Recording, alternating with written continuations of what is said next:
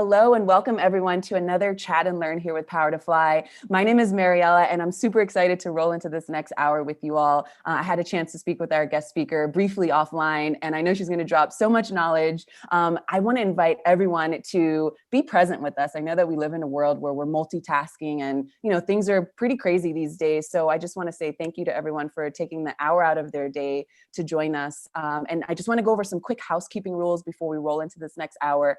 You're going to see that the time is going to fly by super quickly. So with that said, I encourage everyone to write in the chat box, come off of mute whenever you feel called to do so. I've muted everyone upon entrance just to avoid any background noises, but I can't stress enough, we want to hear from you. So feel free to turn your cameras on. We believe in visibility. Take yourselves off of mute if you want to share a tip, trick, a dream, an idea, anything that comes to your mind. We're going to go through these awesome questions you have submitted offline one by one. If you see your question come up on the screen, feel free to take yourselves off of mute or write in the chat box. If it's not your question and you want to add to it, again, we want to hear from you. I will sound like a broken record by the end of this chat because I do want to hear from you and I want your participation. With that said, if you have any sensitive information you want to be kept anonymous, feel free to find me in the chat box under Mariella. You can write to me anonymously and I'll flag that to our guest speaker. Otherwise, you can keep it public and I'll flag that to our guest speaker. If you do come off of mute, you will be featured in our live recording. And again, I invite everyone to be present so that you're not having to take notes and be present with your questions. You can rewatch this video on PowerToFly later and you can take notes at your leisure there.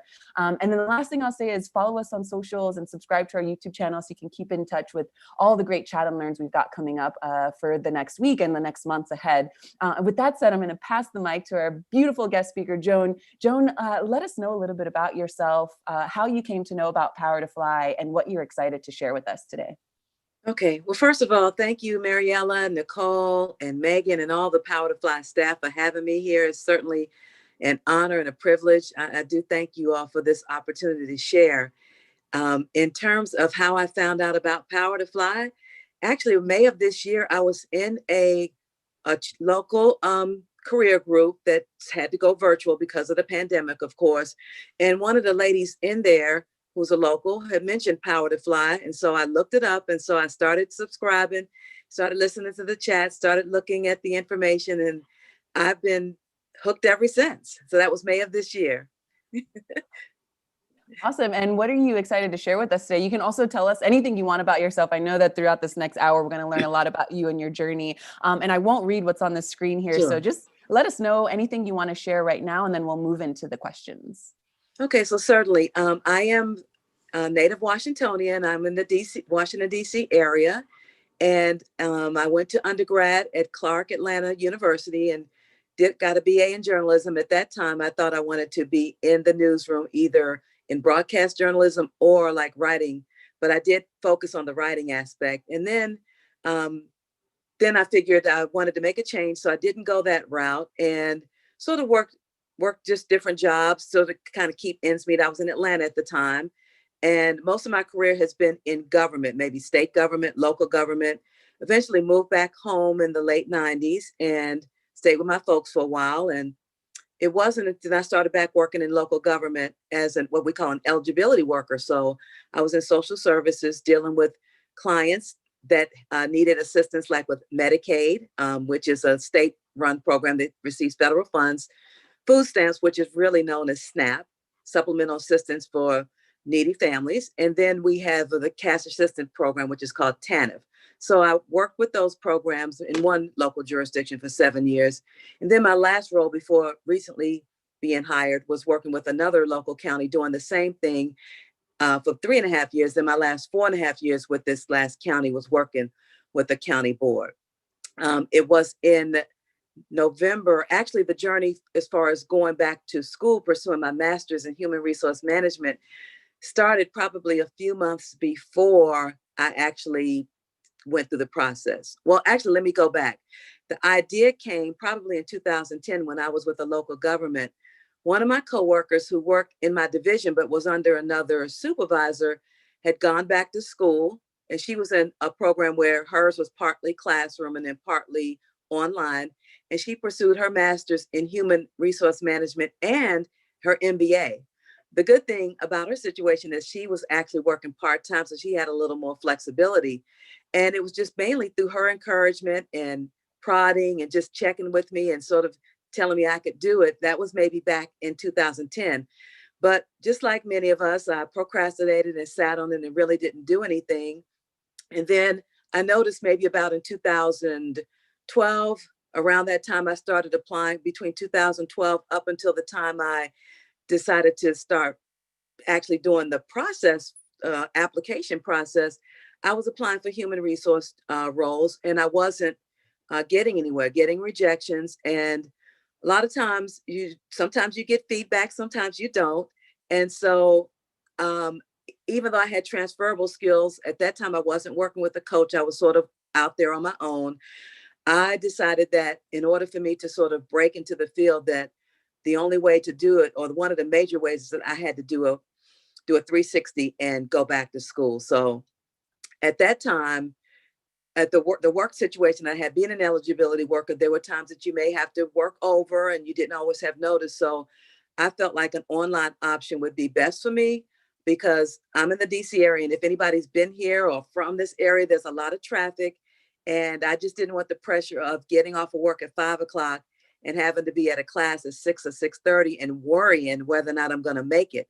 So I chose an online option because I wanted a situation where of course, you still have deadlines, but you don't have the pressure of the in-person situation. And I checked several schools. There's a lot of great online schools in this area that have HR programs.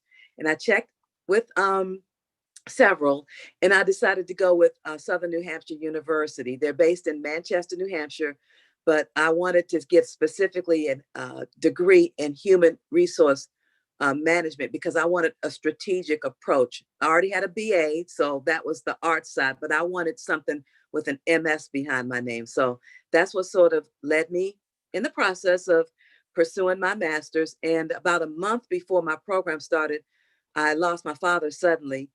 And I had my own place about 2 miles up. So I was very close, and I was always coming home, like on the way to where I lived at, because I was only 2 miles up the road. So I always checked in about 3 or 4 times a week. But with that situation, I had to actually move back into home immediately. So I was juggling school, moved back home. I still had the apartment. Hadn't given it up. So I was going to the apartment a couple of times a week, checking mail, just checking to make sure everything was okay. I still kept my internet on. Everything was on as if I was living there.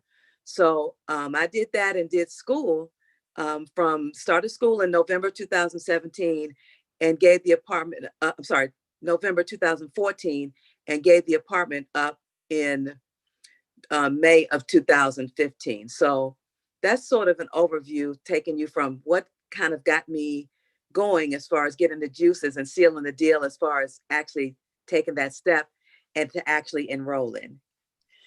Wow, Joan. First, congratulations on everything. I mean, so complex and holistic the way that you've decided to map out your journey while, having to be a caretaker and also while being strategic in your own way of arriving to where you want to be, as far as taking virtual classes instead of going in person. And yes, traffic can be a huge burden. So it looks like you dodged a bullet there by deciding to opt out of the in-person classes. So I know I see a lot of people nodding and smiling. So I really want to dive into this next hour, really diving into your questions that you all have submitted offline. And I just want to give some shout outs here. We've got folks calling from all over. Again, I'm calling from Argentina and Patagonia. Joan is representing DC, and I'm just going to give a shout out here for those who have already written in the chat box. So we've got South Carolina, we've got Alabama, San Francisco, Spain, Delaware. We've got Arkansas representing, New Jersey, San Diego, Seattle, Washington, Oklahoma, Phoenix, Arizona, El Paso, Texas. Awesome. So if you're just joining us, let us know where you're calling from. It's such a beautiful thing to see, digital community, especially during these times. And we have these complex questions and we can share tips and tricks and, form community this way. We've got Munich, Germany. Awesome. Great. Again, we're going to take these questions one by one. For example, starting with this one, if you see that this is your question on the screen and you want Joan to dive in deeper, feel free to take yourselves off of mute or write in the chat box. If this is not your question and you want to add your 2 cents or you want to, talk about a dream you had last night, I can't stress enough. We want to hear from you. So feel free to write in the chat box or or hop off of mute. Joan, let's take this first question here. So can Sure. you tell us a little more about your story and why you decided to go back to school? I know you've already touched on some points, but can you even dive deeper there? And what made you decide to, pursue school?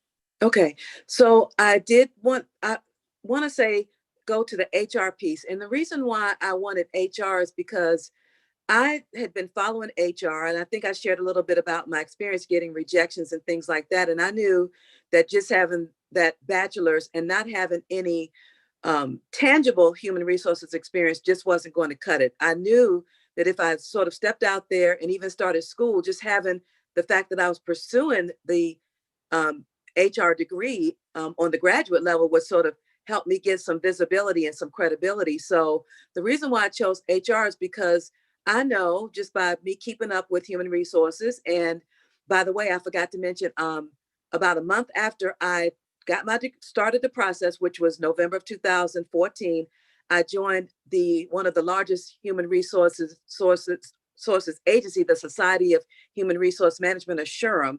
I joined the national chapter in November of 2014. Then about 5 months later, I joined two local chapters. In my area, we're fortunate enough to have several local chapters because I'm surrounded by suburban Maryland and Northern Virginia, and then DC has chapters. So I joined a chapter that was in my county that I lived in, but I also joined a chapter in the county that I worked in, because I worked in Northern Virginia, because every chapter has its own flavor. They do their own continuing education. They have their own speakers.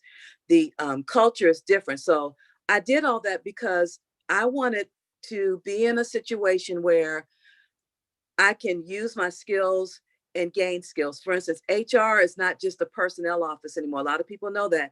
HR is very strategic. HR, if they don't, they should have major decisions, not just hiring decisions, but they should be on the budgetary decisions. They should be on like decisions about the future of the company.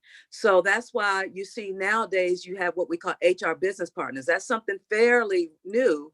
It's not just an HR, well, we have HR generalists, but it's not just a generalist, but HR is very strategic and it just doesn't deal with one aspect. So I believe that HR makes up the totality of any organization, whether you have a small organization, a mid-sized organization, or a large organization. HR is integral and the glue to holding that organization together. So those are some of many reasons why I decided to go back. And I knew that the degree would give me some visibility and some credibility, and I would be taken more seriously if, in fact, I got the degree and at the same time join these professional organizations where I can network and learn more about the industry and the different facets of HR.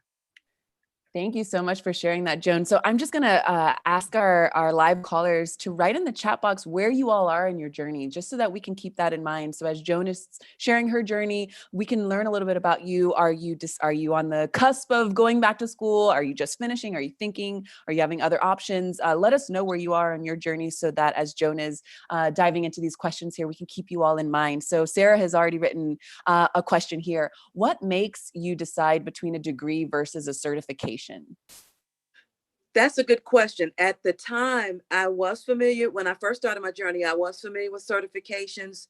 However, here's the thing with depending on which certification, I'll just use HR because I know every industry is different.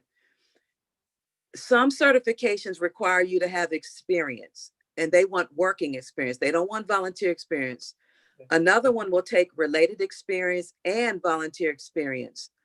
The difference is, in my opinion, and this is general, for me, the degree would give some type of credibility, but also the certification would show that you went even further, the extra mile, and you're more relevant because as we all know, and it doesn't matter whether it's human resources, whether it's a technical degree, whether it's education, by the time you go 2 years, 3 years, 4 years, your degree has already been outdated because things have moved, the technology and the education and just the knowledge out there is just so vast and it's moving very quickly. So in order for us to stay abreast and current in our industries, if your industry has a certification and you're able to swing it as far as affordability, study guides, study groups, by all means, go for that as well. In fact, I have taken one certification. I've taken it twice and I failed it twice, but only by 10. points. The first time I took it was right out of school with no working HR experience. So for me to get 190 out of 200 was not bad at all, coming straight out of school. And I did do some study groups, and I even paid to like do a boot camp. Then I took it again about a year later. But during that time, I was I had my caregiving here at home, but I also had a friend that was very ill, and I was running to the hospital like almost every day until they got in hospice. So that was like about a year and a half ago. So I was also taking the exam by having like doubling down on caregiving, if you will. So I realized that now that maybe I should have waited, but I was already registered for that second exam by the time this person got really ill. So I didn't want to lose the money. So I went on and took the exam, still got the same score. But the good thing about the exams is that they give you a breakdown of where you did well and the areas that you didn't do so well. And what you can do, you can compare those areas, and it gives you more of a focus on where you need to study. So the long answer to that question is I believe both are doable. If you have experience, maybe you may not need to go back. But in my situation, I did not have direct HR experience. I had what we call employment services, which is related, but that was so far back that I mean, I do use it, Mike, on a functional resume, but I do not have it on my chronological just because it's so far back, and some employers may want something a little more relevant. Well, Joan, I mean, you are, I can't imagine. I mean, it's, how do I phrase this? I recently listened to a podcast just on the importance of caregiving and caretaking and how we don't shine enough light on that. And so, let's say in the situation where you are pursuing a higher degree or you want to career switch and then life happens and you have to take care of your family or your friends or your neighbors, what do you do in that situation? And I think that by you sharing your story, one is already encouraging folks to, not be held down or feel restricted based on those circumstances that happen, and that you can pursue and continue to pursue your dreams. And hopefully on the other side, we will have some wiggle room from, the powers that be, whether it be the institution or the workplace that considers that, at the drop of a dime, especially these days, people might need to take care of other people, and to have some leniency there. I see some folks shaking their heads, so I love that you all are in agreement. I'm just going to flag a couple of things that folks are writing in the chat box as far as their journeys are concerned, and then I've got some questions here. So Sure. Thank you all in advance for sharing where you are on your journey. So Kim is considering new certifications. We have Vanji here, went back to school in January 2019, graduated in March 2020, been looking for a job since then. Vanessa writes, I'm starting back in January for my MBA online program through my alma mater, hoping to make a career change. Janie writes, I'm thinking of going back to school, but I don't know if I should go diploma or master's. It's been many years since my BA. We have more folks who are writing here. I'm just going to flag these comments. I have gone back to school, and in my first semester for MS and Human Resource Management, I feel like this was the best decision I've made in a while. Sarah, I'll get to your question in just a second. Another person writes here, I am at the dissertation writing phase of my PhD. Like Joan, I went back to graduate school after working in the field for a while. Devne writes, finished a second master's, been trying to make the transition to a new job. I'm told I don't have the experience compared to other candidates. Someone else here writes, with the pandemic, some schools are waiving GMAT. That was a driver in my decision. Okay, great. So that's where we are. I mean, if folks haven't written in the chat box, please feel free to continue to write where you are in your journeys. This is, adding value to our conversation. So I appreciate you writing this in the chat box. And we have a question here from Sarah. What approaches did you take to fund your degree, Joan? For example, scholarships, fellowships, a combo of employee tuition resources, et cetera. Okay, thank you for asking that question. That's a very good question. For me, two things. Once I got accepted, my employer, I was working in local government at the time, did have tuition reimbursement. Now that didn't cover the whole thing. What they did, they had a maximum amount, and they didn't have to give you the maximum amount. There was a certain window that you could apply, and you can only get it maybe once a year. And so fortunately, it took me 3 years because I went part-time and graduate. And I was working too. So I forgot to mention, I was working full-time, caregiving, and going to school part-time. So I would apply every single time, and I would apply early. So maybe that was a key. As soon as they advertised it, I would apply. And the first year, I'm sorry, you had to get an approval. So there was a little glitch there that second 2 years after that, they changed it to, when I say they, the employer, because this was run through HR, changed it to where we could, meaning the employee could go in the portal directly and apply and not have to get supervisory approval. And if you applied early, I mean, they would have that money in your account. Like, let's say you got approved, that money would be in your account every week. And so what I did, so I wouldn't be tempted to spend it accidentally, they transfer it into your regular check. So what I would do, I would take it out of my regular account because that was checking. I would put it, do an online transfer to my savings, and then I would move it over to the actual portal to pay it. So that was one way. The other assistance that I got I did apply for federal assistance because in my situation, I did not want a situation where at that time, my particular banking institution, which we won't name, had private loans, which I would have qualified for because I had a very good credit rating. The problem with that for me is that I did not want to be in a situation where I'm stressing about, okay, I have to make these loan payments while I'm trying to get good grades. Because that's one reason why I only took one class, because I wanted to have a very good GPA.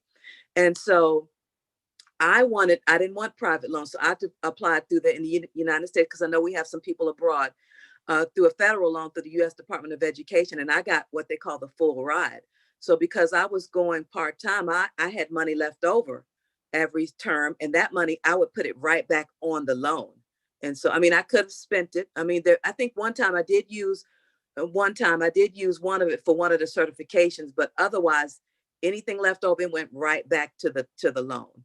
And so mainly because of the credit score, I was able to get 100% funded through the U.S. Department of Education through what they call a Stafford loan. So that way I wasn't stressed about worrying. But I think since then, I came out in December of 2017. Many of these banks now have plans. Even mine has switched over to where people can apply for a personal loan, for an educational loan, and not have to pay it back until after, which to me, that takes a lot of, that takes a burden off of a lot of things. You know, you're not worried about studying, making good grades, working, and then having to, can I make this loan payment every month? Absolutely. And I know we've got some folks abroad too. So thank you for keeping this as global of a conversation as possible. And yes, the United States, we got work to do with making it easier to get a higher education. Is that right? Yes. Great. But congratulations for getting that scholarship. Thank you. I see that Priya has her hand raised. Go ahead and take yourself off mute and share your voice. Okay, so I just wanted to add to what Joanne was saying, because I just started my semester. I wanted to share my experience of how I got enrolled. Unfortunately, after 8 years of working, I got laid off in July because of the pandemic. And that was my turning point, you know, and I have been working in recruiting, but I was away from HR. So I wanted to pivot towards full-time HR instead of just doing recruiting. And that was my moment of, you know, not wasting any more time and getting enrolled in the master's degree, and things just fell in place. So 2 things that I did to fund my master's was apply for the federal loan, just like what Joanne did, and I get to pay back my loan 6 months after I complete my degree. So that gives you enough time to find employment. I'm currently not working. That is a little unnerving point, but a lot of us are there in that similar phase. Secondly, a lot of master's students, they ignore to do is to apply for scholarships. So I sat down and I wrote essays. I wrote essays of my struggle, of my life, how I came to US. And trust me, it helps you every single penny. And once you get that scholarship, you feel so proud of yourself, and it might not be a big amount. I did not get a big amount, but I did get a scholarship, and that goes towards your tuition amount, So don't feel shy in applying for it. It's not just for undergrads. It is for master students also. Use that. My program director told me that hardly any master's students apply for scholarship. And he said, after I got my scholarship, he's going to tell everybody, all the master's students, don't hesitate to write your essays and submit them. And you might be lucky to get your scholarship. So just sharing my experience with you all. Hope it helps. Feel free to ask me if there are any questions, that I can help you all with. Absolutely. Thank you so much for sharing your journey as well. And I see that Kaya wants to add on. Go ahead for it. Yes, I'd like to add to what Priya said. So I'm a PhD candidate, and during my PhD program, I actually received, similar to what Priya said, I received a research assistantship where I worked about 18 hours with a professor for my first 4 years. And that gave me free tuition. And it's not a scholarship because you're still working. So my tuition was completely covered, but I worked enough to get a humble stipend to pay my, housing. Now I live in Boston, which is, extremely expensive.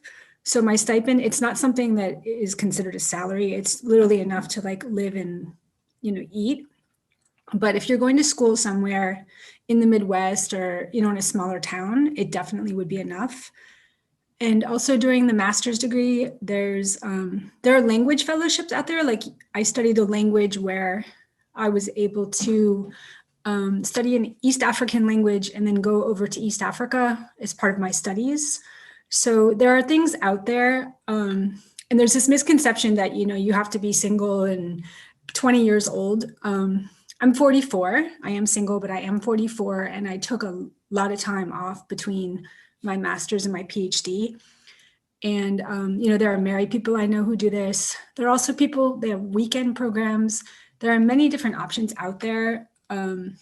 So never think that it's a limitation. I know we're in a COVID situation right now, but someone had mentioned this. It's actually to your advantage because they're waiving. I don't know about you, but standardized tests are a nightmare to me. And they're waiving a lot of those tests. And another thing is my PhD program didn't even require it in general. So, feel free to get in touch with me if you're just looking to go back to school or, but there are a lot of fellowships and scholarships out there to either supplement. Sometimes you end up having to take a few loans too, sadly, in America. Another thing I'd like to encourage is if you can, go to Europe and study. There are free education, there are scholarships. But to study in a lot of European countries, it's less than $2,000 a year. So, there are a lot of options out there. Wow. Thank you both for sharing your knowledge and your journeys. Joan, did you want to comment on anything that these two women have shared? Two things. I mentioned with Priya, I believe, she mentioned about applying for scholarships. I forgot to mention that I did apply for a couple. There's an organization called the National Society of Leadership and Success. It's a nonprofit leadership society that's associated with graduate and undergraduate programs. I was accepted in that program, and it's a lifetime program. So even after you graduate, you're still a member.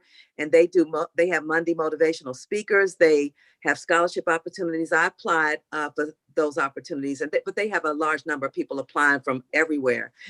So thank you for sharing that. And also, our person that just spoke just now, that's in the PhD program, mentioned about the standardized tests. One thing, and I forgot to mention, but she reminded me that I did not want was, like, in my case, it would have been a GRE, the graduate record exam. I did not want to take standardized tests because although I'm good at grades, I can work hard and get good grades. I remember taking that GRE back when I was trying to get in a master's of counseling when I was in Atlanta, and I took study courses, like official ones, and I'm just not good on standardized tests. So thankfully, Southern New Hampshire University, and this is way before the pandemic, didn't have it. So, and like you said, a lot of schools are waiving that. So thank you, ladies, for sharing both of those. And then lastly, now, a lot of schools, because of the pandemic, if people are either already in a situation or they're considering, I know with me, like the forbearance is still on. So of course, if you can pay, but I was out of work up until about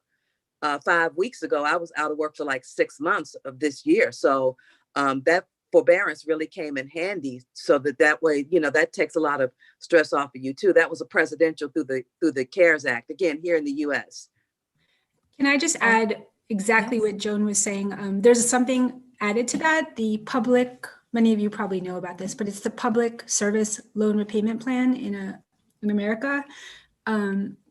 You could be working overseas as long as you work for an American nonprofit. I mean, you can be a teacher, a nurse, a doctor, work for the US government, any American organization, even if it's based overseas. If you end up serving 10 years, you can get, they'll forgive the rest of your loans. And it's not 10 years for one job. I mean, you could have like, you could do Peace Corps 2 years and then come back to America and teach 6th grade and then become a university professor and then be a nurse.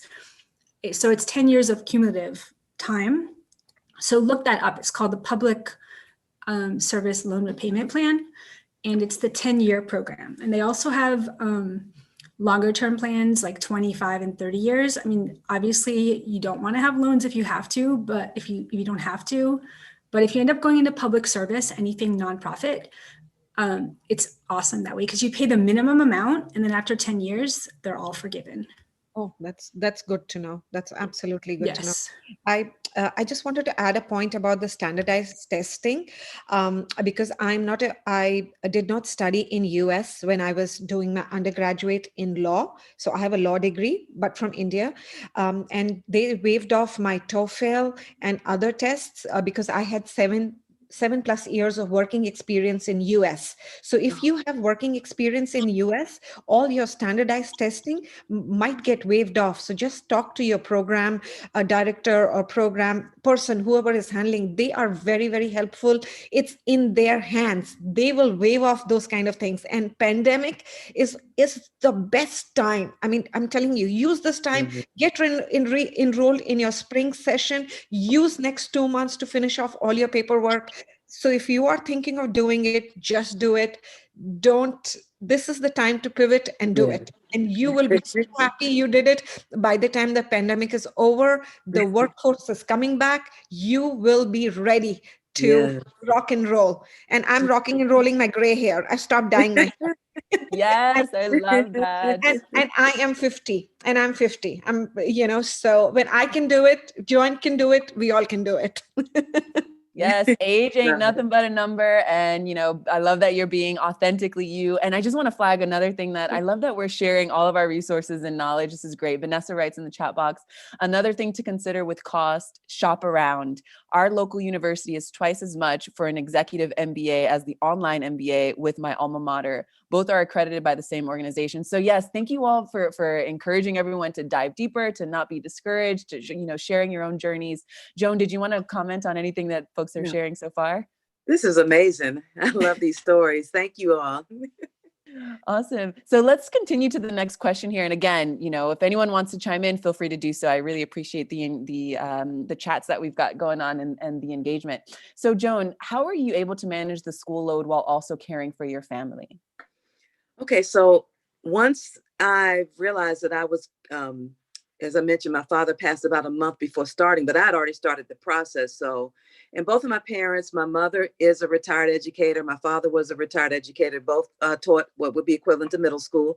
So I thought about it and figured my father would have wanted me to continue. So that's what sort of led me to keep going. And so what I did, I remembered one of the things even my mother told me throughout the time, read your syllabus. Even though she's an old school teacher, she had over 40 years in the system between South Carolina, where she's from, and both of my parents were inner city teachers right in the city of DC.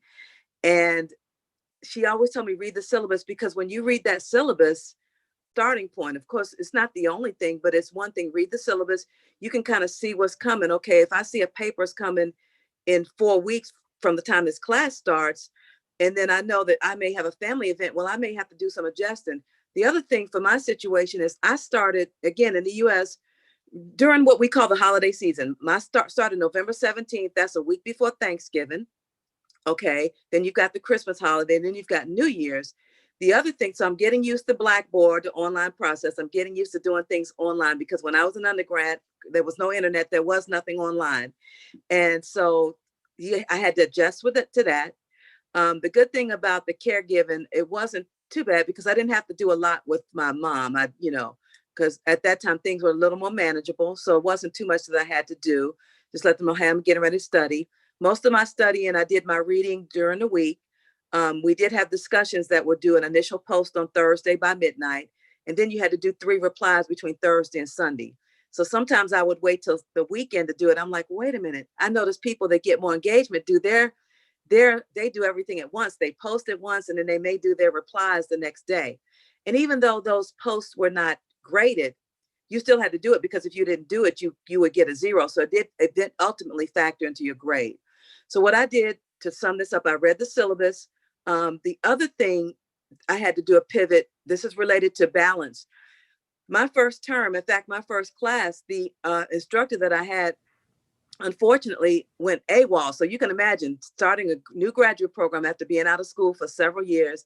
And my first instructor, right around the Christmas holiday, went AWOL, meaning the person wasn't responding to questions. They weren't responding to posts. And several of us went to our advisors and come to find out that they had a personal situation. But the school turned it around very quickly, got us another professor. And it was as if we didn't miss a beat. But all this happened like during the Christmas holiday, right before New Year. So I would say, to sum it up, read your syllabus. There's going to be some trial and error. For me, a lot of my studying was done at nights and on weekends. I worked better studying at home. I did try studying like on lunch breaks, but the place that I worked at, we didn't have like a dedicated break room. So you always had to try to find a place. And this is before studying, even just to eat your lunch if you wanted some privacy or just a little peace and quiet. So it didn't really work well for me to really do it at work. Even in the car, the garage was always a distraction because we shared garages with other neighboring organizations. So that didn't always work. It was just best for me so I could be comfortable and more focused to do my studying at home. So I hope that sort of helps answer that question. Yeah, and I'd love for you to talk a little bit more about the balance and the wellness. We often talk about Okay. work-life balance here at PowerToFly. So let's talk about work-life and study balance and just take it Okay. a step further. Okay, well, thank you. Thank you. So what I would do, fortunately, my employer there was a gym that was free. Okay. And I would go in the mornings because I like to get my workout over with, because for me, that having that workout effect gives you a better attitude, a better outlook. So I always got up and I would go to the gym about an hour and a half before I had to go to work. And there was an employee gym, meaning a shared gym by our building and a couple of other adjacent buildings that were free to employers. Now, they didn't have classes, but they did have very good equipment. And also, fortunately, my employer had a wellness department. And for two of the 4 years I was there, I was what they call a wellness ambassador.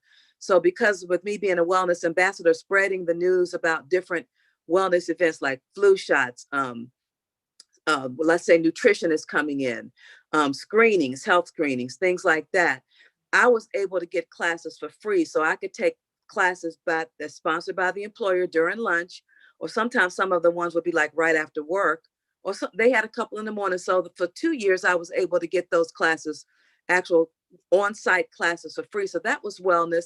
And then I like to walk. Even now, I don't have gym access, but I do take walks either before work, or for me, after work is better because I am working now.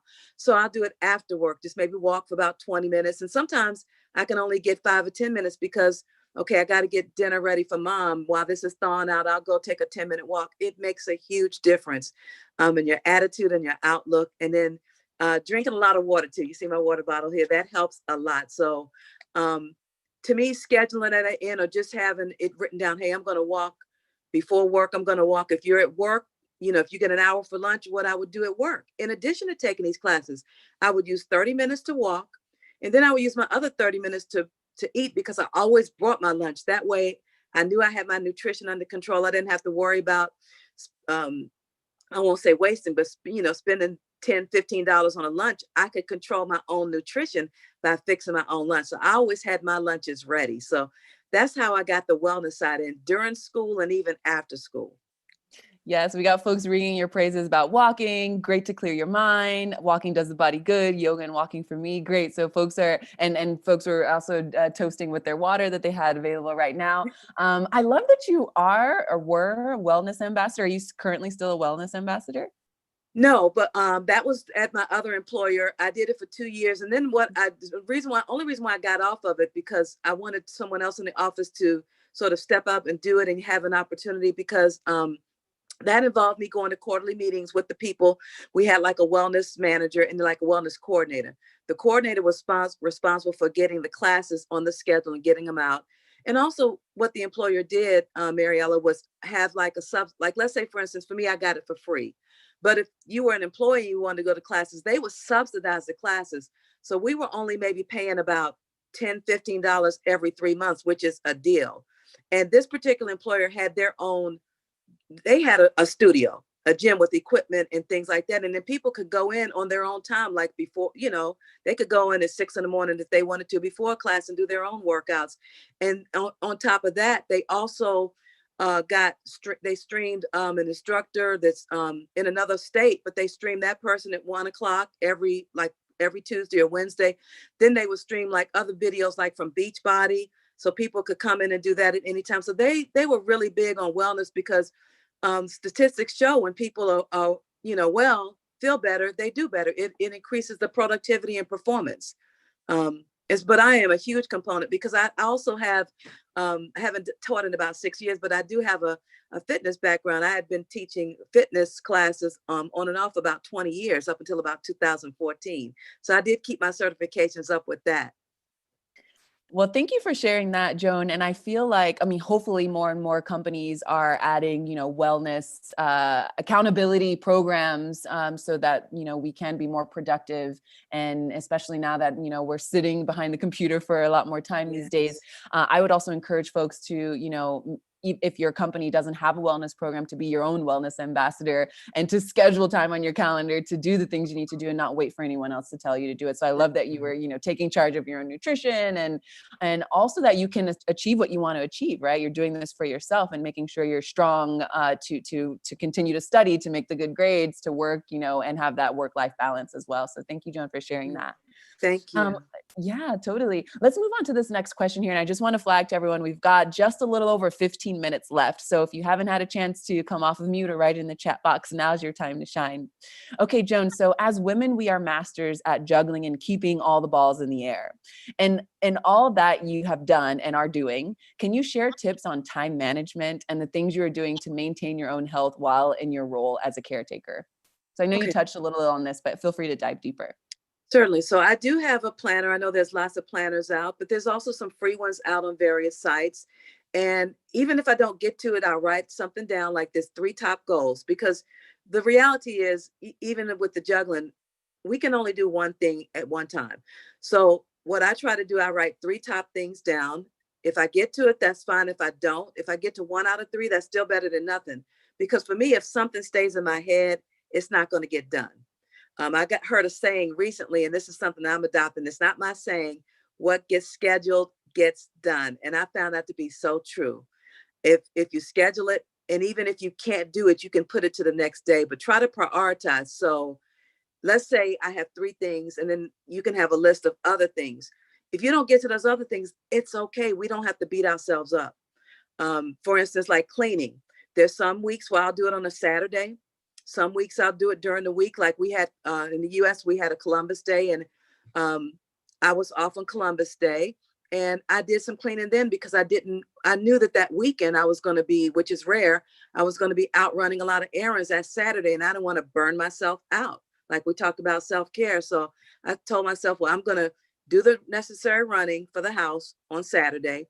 And then I'll have Columbus Day to, relax a little, and I can do the cleaning at leisurely. That way, it's not a pressure cooker in my mind that, oh, I got to do this, I got to do that. So I think just writing things down, and you don't have to have a planner. You can just take a sheet of paper, cardboard or something like that, or, index cards, anything, it doesn't have to be, it could just be a notebook, just anything, whatever works for you. And just start somewhere, and you'll see. And once you start seeing that you're making a little progress, then the confidence will build, and then you'll want to keep going. I love that. Thank you for sharing that quote. And I see folks nodding their head on that quote as well, to get scheduled. I feel like a lot of us live by our calendars these days, our digital calendars, whatever platform you use. And so we often, I mean, you know, with all of the chaos that is being highlighted in the news, especially in the States with racism and really globally, a lot of folks are interested now in, like, you know, how do we tackle this big concept of, you know, ending racism? And, you know, what's beautiful is that we have to work on it. It takes time. There's no button, right? It would be great to have a button that ends racism, but because there isn't, we have to schedule it. And if we don't schedule it, it doesn't get done, right? So this is holding accountability to collectively to work on, you know, these huge topics that, you know, are affecting the world essentially. So I'm just taking that to a very abstract perspective, but it also works on a personal level. And I thank you for bringing that up. Yes. Thank you. Yes, and we have some folks writing in the chat box here. We have Kaya writing that, Joan, you are a warrior, great role model for us. And then she also writes, a fun whiteboard with colored markers is also fun. Or having an accountability partner to check in with various tasks. And I see that you also have, you know, I would love to hear more about you, the community that surrounds you, your family or your friends or folks that encourage you to, you know, hold yourself accountable and make sure that you are reaching your goals. Because I know that a lot of times, especially now, if we're having to be in isolation, maybe we don't have those folks to you know, encourage us physically. How should we now today, with all of the things that are going on in the world, find community to support our dreams and our goals? Okay. Now I'll start with school, then I'll kind of bring it to presently. When I was in school, most of my support did not come on the job because unfortunately, and we do have to touch on this because everybody's not going to get the support from a supervisor, from coworkers, even if they know. I did go to an HR cohort. My supervisor, surprisingly at that time, approved that. So that helped within that organization, the last organization I was in. But most of my support came through different social media groups, like on LinkedIn. And this is a good point, once I put that I was in school pursuing my master's, I didn't have it on my LinkedIn at first, but I would say about maybe 3 months into my program, once I started putting that on, and HR and or business groups started accepting me in those groups, I started getting a lot of support and encouragement from LinkedIn, from different social media groups like career groups. Also coaches help. There's a lot of coaches, even pre-pandemic, that offer maybe free sessions, free webinars. All those things can give you ideas. I know it's tough sometimes when people are, even if you aren't working, if you're working, finances can be tight, but many people are offering free resources that we can kind of do to kind of jumpstart ourselves. So I had to depend on the organizations like the Society of Human Resource Management I mentioned. There's also another organization called the Association of Talent Development, or ATD. They're also a talent development organization, work global, just like SHRM is. But we have a local chapter here, and they were also a huge support and continue to be. And I was able to get support through a mentoring program there. In fact, in 2017, believe it or not, that was the first ever mentoring program that I'd ever had in my entire career, was through the Association of Talent Development. So social media, more specifically, career groups, HR groups, business groups, coaching groups helped a lot. LinkedIn opened up a lot of doors. And then for now, I would say the same thing. I mean, if you have family, that's really good. But sometimes we need people that are sort of on a very similar journey than what we need. And in my situation, like maybe someone who transitioned into HR from another industry, or someone like, I believe Priya said that she was in recruiting, but she wanted to get more into HR. And so she took that leap, getting connected to people that are more like-minded. And a lot of that is out on social media. So when I say social media, Facebook, but not in the sense of the social side of it, but there are a lot of businesses and career groups out there that can help you tremendously. It can make a huge difference. So those are my support systems, and they continue. And also PowerToFly. PowerToFly has tremendous resources. In fact, I plan on tapping into some more myself within the next month or so. PowerToFly has mentors, has coaches, and many of these services are very, affordable and even free. You can get free to start off with. So I would encourage, someone to, if you don't know where to start here. Start here. Yes, and this is a great segue, actually. I'd love for those of you who are joining us live, feel free to write in the chat box your preferred way of connecting, whether that's your LinkedIn or your website or your email. Let's start to put some of these things into practice. I love doing this now. Let's not wait for tomorrow. Let's start now. So feel free to contact me on LinkedIn. I'm Mariella Marie. Joan, we can contact you as well on LinkedIn. So please write in the chat box your link or your preferred way of connecting. And let's, try to reach out to a couple of people when this call is over, and, let's try to share resources and encourage each other. I love this. I also want to flag one thing that Rosa mentioned here. She says, as a mom, sometimes you feel like you failed because you dropped some of the balls you are juggling. However, I read something that really hit home. It goes something like this. You will always be juggling balls, but some are made of glass and some are made of plastic. As long as you don't drop the glass ones, tomorrow will be another day to keep trying. I love that. Do you want to comment on that, Joan? Yeah, it kind of goes back to none of us are perfect, and a lot of times, and I'm guilty of this too. We beat ourselves up because I have very high expectations of myself. I sort of have a perfectionist personality, and I can be too hard on myself. But being in the situation of caregiving, and I mentioned even having to caregive for someone like last year, in addition to the current situation, was very hard. So I told myself, and I even put it out to some people. I said, you know what? I think I need to take a break from this HR exam because I just have too much on my plate. I'm going to leave it alone for the latter part of 2019 and 2020. And when I put it out there to a couple of people that I consider mentors that are in the space that I'm trying to get, they said, that's a good idea because you are doing a lot and you need a break. Because mentally, I was physically burned out. I was mentally burned out, and I just didn't have the bandwidth to study.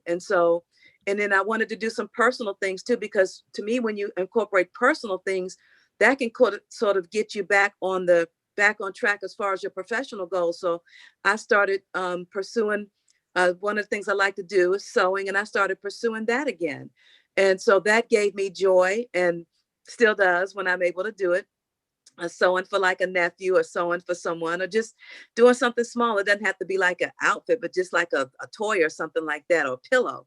And so just doing those little things takes the edge off of me trying to feel like I have to do everything and juggle everything. So goes back, you pick up and you start somewhere. And as long as you're moving forward, that's all that really matters.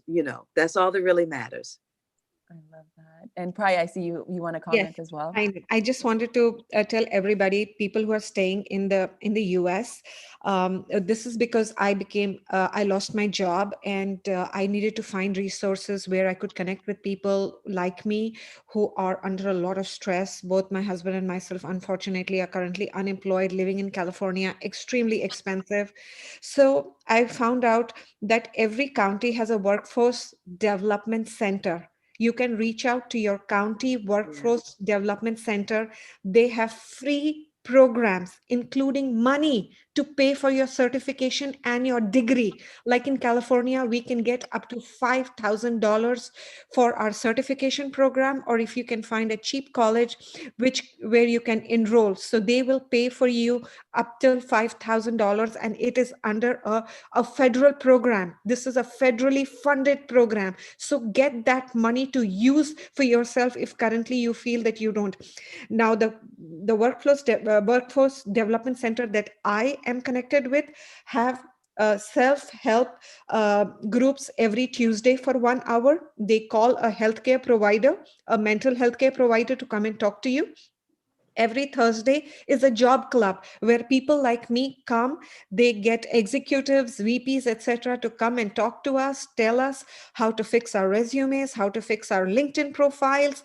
So there are a lot of resources. Just try reaching out, and seeing where you can get all these free services. Counties are providing you these free services. Reach out, maximize. This is your time. Use the pandemic to your advantage. That's all I'm saying. And Joanne obviously has provided us with such good information. My only question to Joanne is, Joanne, after you finished your master's, you pivoted from something so different. How did you find employment? Because that is going to be my challenge, because we are in the similar area. Please tell me about that. Okay. So to answer that question, I am still on the journey. I am still pursuing HR. So I've worked with coaches. I still work with people every now and then, just trying to take the information that I got and just apply it and like do things like assessments. Like there are a couple of free assessments out there. There's a organization, not an organization. There's a website called 16 and it's 16personalities.com. And the reason why I bring that up is because sometimes we know we need to pivot, but we may not know where we want to pivot. And in our case, we do. But there may be somebody that may not know. They just know, okay, I'm in this dead end situation. I need to get out.